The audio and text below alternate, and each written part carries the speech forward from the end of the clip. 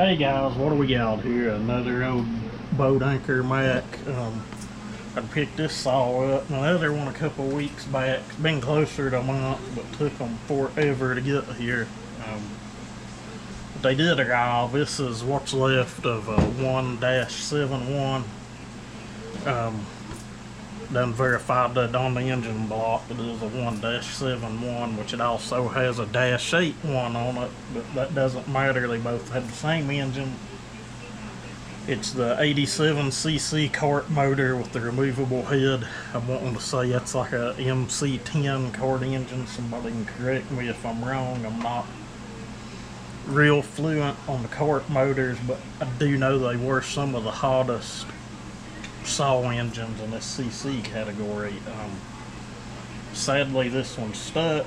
I've done had the head off, and I can see in the exhaust port it don't look like the cylinder's wrecked or stuck there. I'd say the culprit is the bearings, or maybe those needle bearings in the crank. I've seen those seize up before. What I'm hoping is we at least have a good block, because I do have several cranks that I think will fit this. I hope.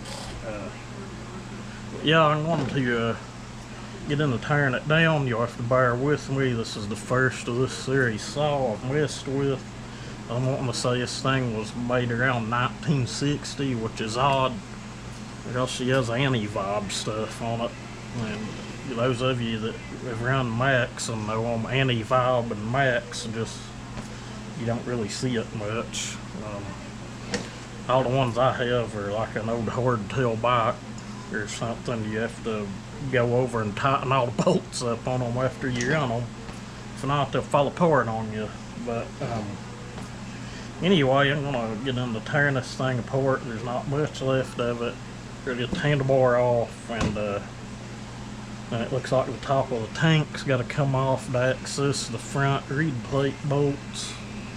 And the oiler setup looks simple enough. You've got your full four stuffer plate bolts, and it should come apart. I'll get some tools rounded up and cut you back on once I get into taking this bar off. Got her handlebar off. I'm not going to video taking screws out. That's the boringest thing. I will show you what they out if you decide to fool with one of these, because I've never done it myself before either. But it's a power saw. They're all the same in one way or another.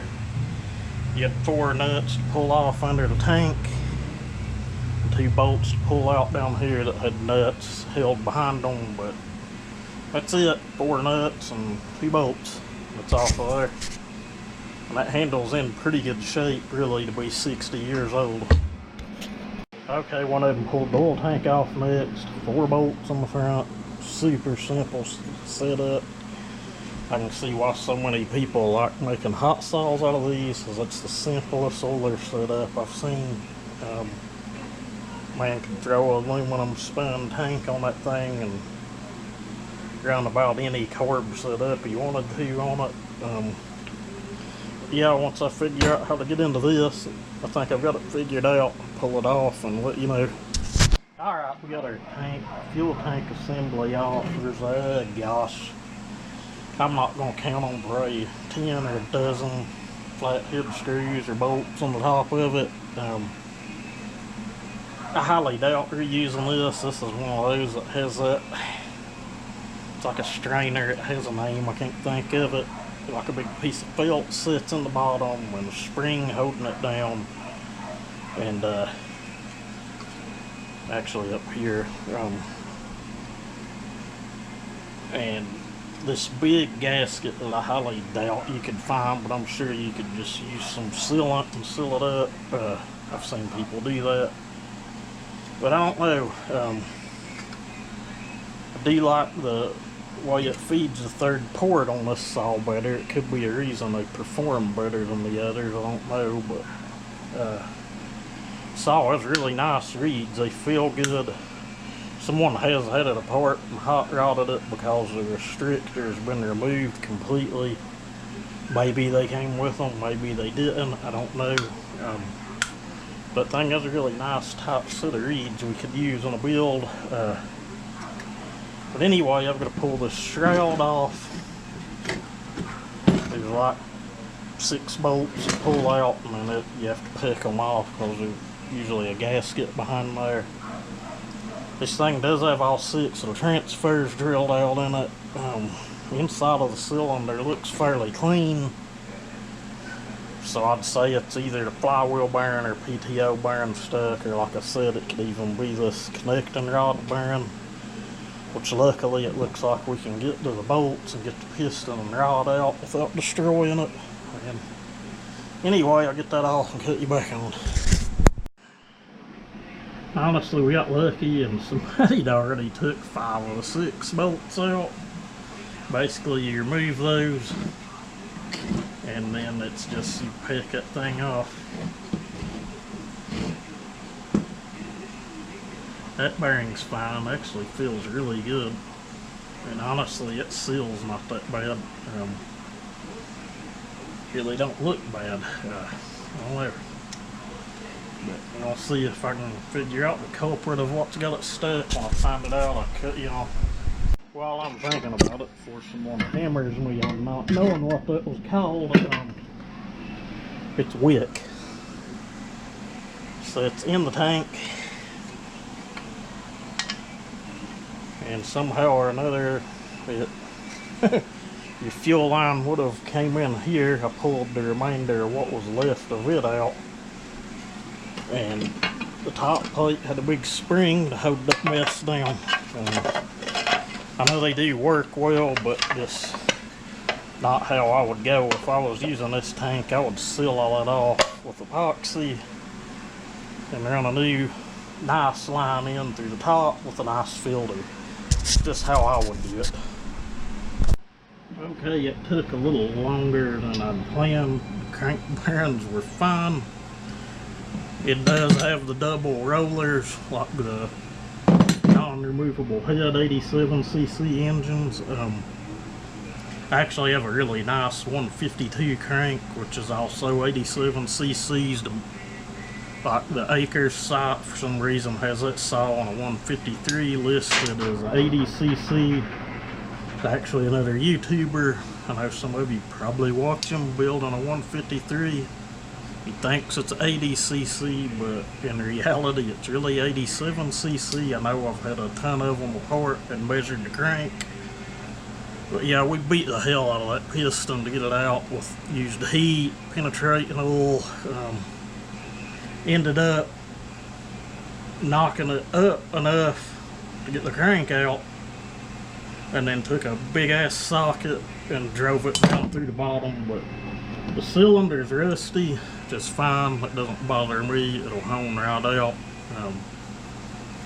I won't know if there's any taper, but I don't know. I doubt it. I've yet to tear one apart that wasn't usable after a hone. But that's what I'm going to do next. I'm going to get my hone out, I'm going to hone this cylinder, and then I'll let you know if it's junk or if it's going to be usable.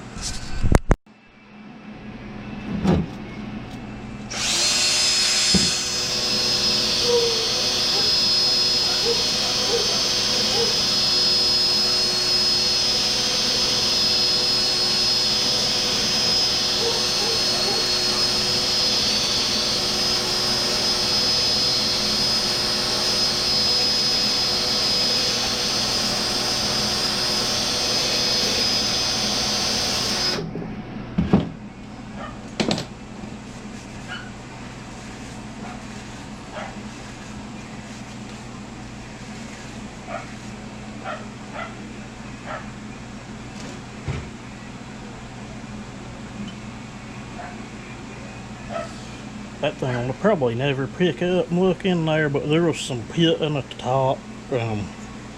Nothing that'll hurt anything. Your rings don't even come up that high anyway. And I can deck quite a bit off of this when I get ready to build it, but I'm going to jerk out a set of rings I've got here that are almost new. They're cabers, and see what kind of ring we got in this thing. I'll let you know. Okay, we got it honed, cleaned up good. I've checked the ring gap with the new ring. Ring gap looks good. This one's It was not what I was expecting. This thing has all 6 transfer ports drilled, the front ones, the back ones. If you've never looked into one of these, there it's picking up. I doubt you'll be able to see into the bottom of it. Or maybe it has all 3 of the 3rd port holes, which basically means these things are, it's kind of weird. I don't know what the thought was behind it, but they're piston ported and reed valve ported. I'm guessing it kind of helps with low end and idle quality.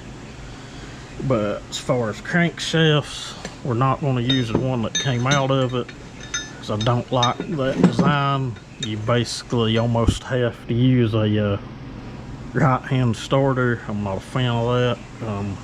You can rig up a left hand start on it, but that would cost more than it's worth, and I have the parts here to do a left hand starter. If we use this crank, which is out of a 152 McCulloch, which is basically the same as 153, those are all 87cc saws as well. I think they're 38mm stroke. I'll have to double check that, but I'm pretty sure they are. And behind it we have a 550 crank. I'm not 100% sure that crank's straight. It looks to be, seems to be, but I like to never got it out of the saw.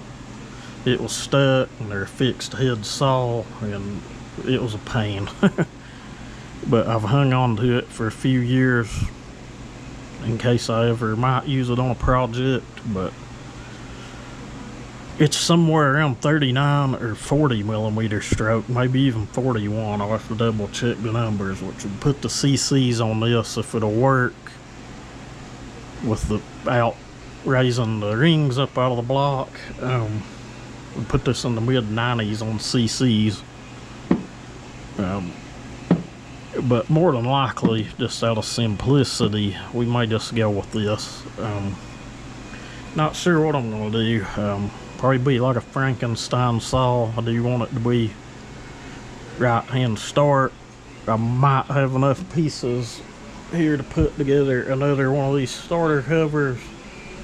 I will use the smaller tank that come off this saw, the oil tank, the fuel tank setup. I don't know, not a fan of it. If I do, all the original passages will be sealed up, and we'll put our own fuel line into it. We'll just have to see. I don't know, may end up with like a small spun aluminum fuel tank or something. We've got a couple different mufflers. May end up building something, I don't know. Gotta find seals. The seals in this thing are shot. The other shroud that I have, I think the seal in it was shot. I'll have to look and see if I've got one, but hopefully I can find seals. It'd basically be the same seals for like a 152 or 153. I'm not sure on the Super 250. There's a couple different cranks they could have had. I don't know, we'll just have to see. But anyway, gonna end this here. The next thing I'll do is probably drive the seal out of that and measure it, and then we'll blast this block and get it cleaned up, and then decide what we're gonna do. If you're interested, maybe, I don't know, in a day or two down here, we've got an old D44 I'm gonna tear down. It's mostly complete, basically the same saw as this, but a smaller engine. The engine felt good in it, but we'll just have to see. I'm gonna tear it down, see what we find there, so you can look forward to that video. But anyway, thank you for watching. Have a good one.